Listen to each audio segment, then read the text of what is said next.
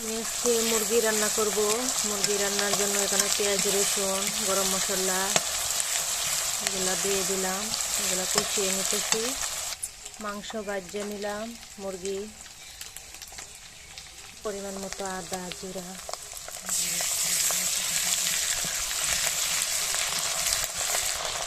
দিলাম মরিচের গুঁড়ো,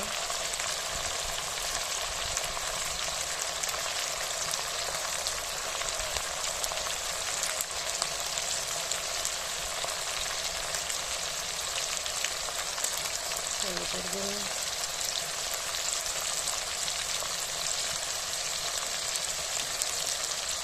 ধনিয়ার গুঁড়ো,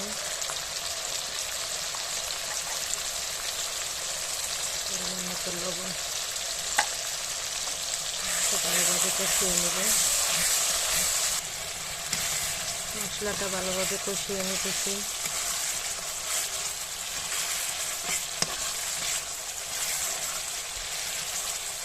আলু দেব। আলু দিয়ে মুরগির মাংস রান্না করবো আজকে। নতুন আলু, লাল আলুগুলা মুরগিটা দিয়ে দিলাম। এখন ভালোভাবে কষিয়ে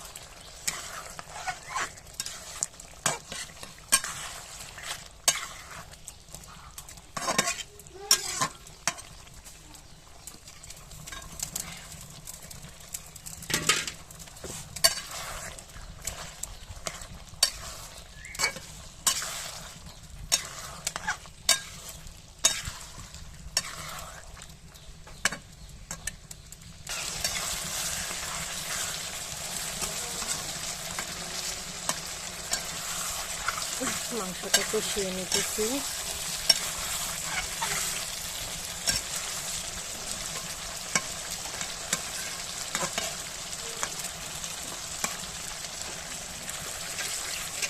পরিমাণ মতো জল